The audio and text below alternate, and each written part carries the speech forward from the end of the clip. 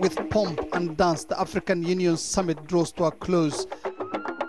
Dancers entertain delegates fresh out of a summit, replete with fears over a rise in insecurity and extremism across the continent.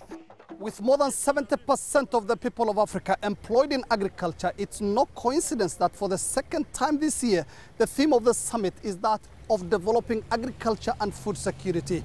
However, it's the peace and security challenges across the continent that have dominated talks here. Experts say there is an urgent need to end Africa's conflicts now.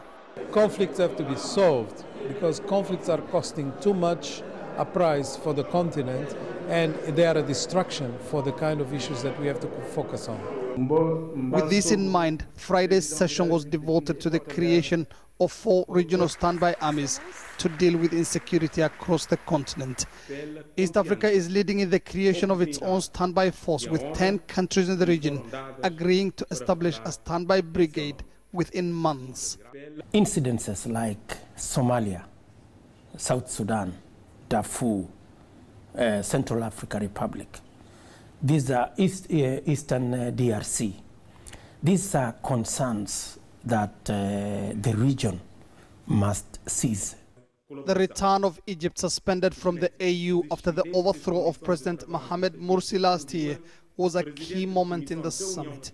President Sisi, here meeting his Sudanese counterpart on a visit to Khartoum late on Friday, criticized the AU for what he called a lack of support for the Egyptian people. Egypt was also the subject of an event on the summit sidelines.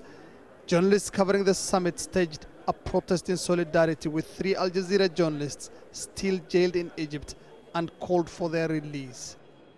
It's an issue that cropped up again at the summit's final press conference. We encourage press freedom. If you look at the majority of our countries, journalists are free. They say what they want, they report what they want. In terms of the formal summit agenda, the closing message was a call on Africans to remain firm in pushing the African agenda and not to bow to what leaders here called foreign dictates. Mohamed Ado, Al Jazeera, Malabo, Equatorial Guinea.